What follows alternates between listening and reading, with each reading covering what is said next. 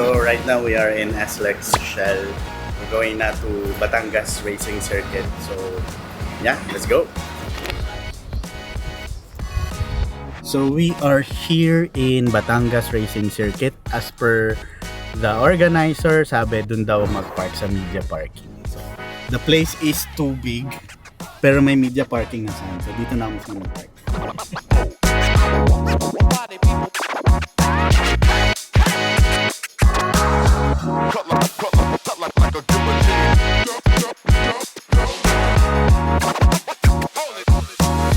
Here we are walking, lakas ng wind. I'm not sure if the ECM B10 is doing its job. Ang aga kasi namin, it's just 10:51.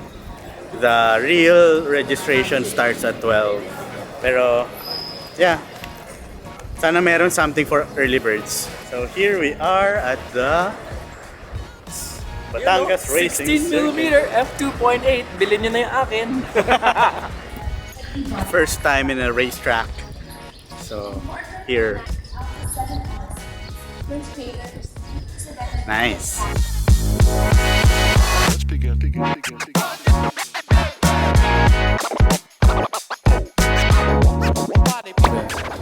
Fake daw yun kung sino man kayo. Kasi naman yun. Shout out.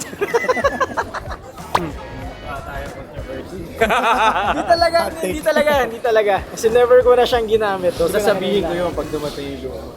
Oo, sabihin mo yun. I've seen reviewers say this doesn't fit. Tapos, sa page ko, sa page ako. If you should sit down ng rig ng Gaya. Anong rig ang dala ng mga tao dito sa Sony Event? So ayun, pag content creators nagkita-kita, nagko-contentan.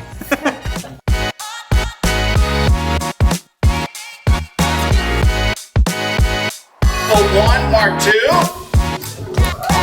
and of course the 2870 GM2. Is everybody excited? You feel when experiencing something beautiful and amazing for the first time. We have already been in the mirrorless industry for more than 10 years. So done with the presentation and we're going to somewhere but I don't know, so we are riding a shuttle. Tagal na UV Express namin.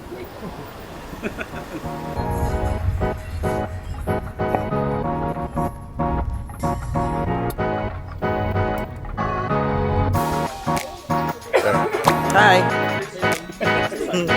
Kamusta? Buti. Our demo areas include dynamic settings, a motorcycle na meron tayong car na magdi-drift, yung focus capabilities niya na naka-lock siya. Even though umaandar siya, sumusunod tayo, hinahabol natin. Na kahit naka-handheld ka, taking Ayun na yung mag-drift ko. Bilib ako pag napadrift yun. Drift. So actually we are here the location where we are going to do a demo. So Gerardio is already talking about it and yeah, I don't know if we can touch or try the A1, but let's see.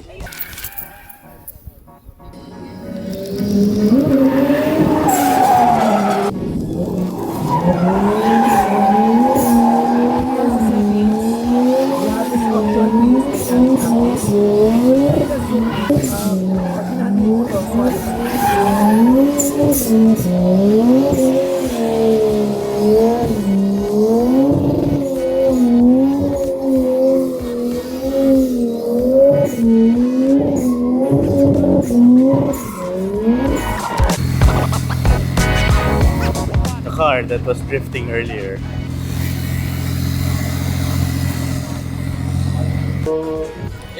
Please stay in the shade.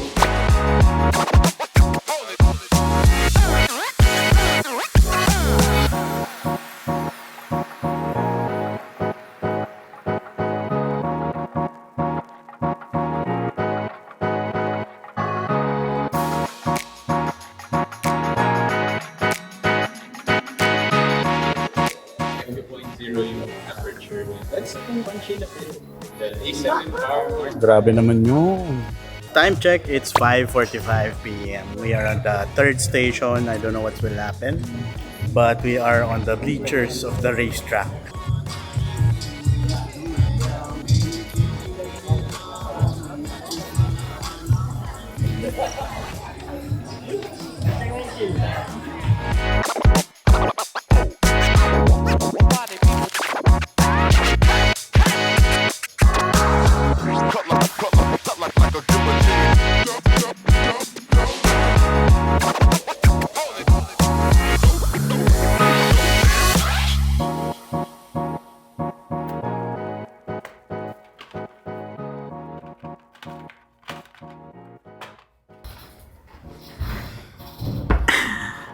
So we're back home and thoughts on the event. Actually, hindi namin natapos yung event. Umalis na kami before the start of the third station. So medyo nagkagabi na kasi and malayo pa yung driving. So it's in Batangas Racing Circuit and dulo pa na ng startol and I need to go home na. Kaya nauna na kami nila Nico and ni Dan Boxing. For the event itself, parang B10 yung time. So baka if ever in the future mas mahaba yung time, like for example mga 9 a.m. kasi we haven't really gotten a chance to try the A1 Mk2 or the lens. I think sobrang limited lang. I think yung gamit lang ni Gerard and ni Bench yung nandoon. So wala talaga specifically for demo unit na pwedeng matry nung iba. So if meron sanang time for that and also the opportunity for that, I think mas okay. Though maganda yung presentations nila Gerard and Bench. Syempre industry professional sila and magaling sila in terms of what they're doing. But iba pa rin yung experience wise na matatry mo itself. Yeah, but the event was very good. I think it was successful naman. As a, kumbaga, part ng event, very thoughtful naman yung ginawa ni Sony and ni Digistar. So, pagdating mo doon sa event, registration, then may lunch, may merienda as well. Yung going to different station, may van, kahit na pwede mo lakarin. May van pa din para hindi ka mapagod. So, that's good. And also the racing circuit, I think ito yung pinaka nag-pick ng interest ko na talagang sumama para matry talaga yung capabilities ng camera and ng lens, no? Because drifting, very fast pace, motorcycle pa na nagwiwili. So sobrang cool and yeah, I think that's the best way to try and demo the camera A1 Mk2 and the Sony 28-70 F2 GM lens. My thoughts on the products, medyo nabubudol ako on the Sony A1 Mk2 and of course the 28-70, I'm not sure pa if okay, pero okay yung combo na yun. Sana lang naging 24-70 siya kasi medyo on the tight end na yung 28 for me. But yeah, I think that's if ever bibili kayo nung two items na yun, the A1 Mk2 and the 28-70 F2, it's a good combo. But yeah, I'm leaning towards on the camera na A1 Mk2, 30 FPS, 8K, 4K 120. Though hindi pa naman natin kailangan ng 8K pero yon. And then the 30 FPS still very good for fast pace or yung sports photography. Yeah, I like also the screen kasi same screen with the A7R5. So let's see what will happen this year. There are lots of new cameras rumors to be released this year. So meron tayong A7S4, meron din tayong A7V. So let's see what will happen and hopefully Sony ma-invite nyo rin uli ako on those launch. One of the highlights as well nung event is yung ma-meet mo yung iba't ibang content creators. So kasi para kayong same ng niche or same ng parang isang family siya na parehas kayong camera nerds, geek nerds na about cameras and gear. So, nagsama-sama doon sa isang event.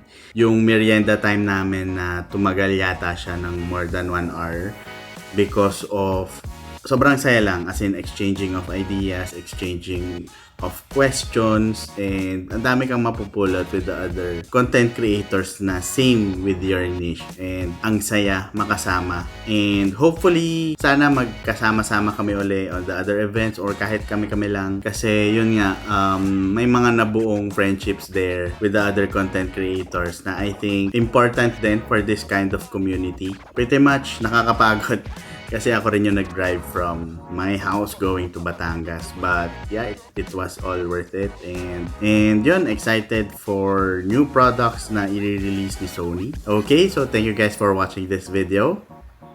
Talk to you soon.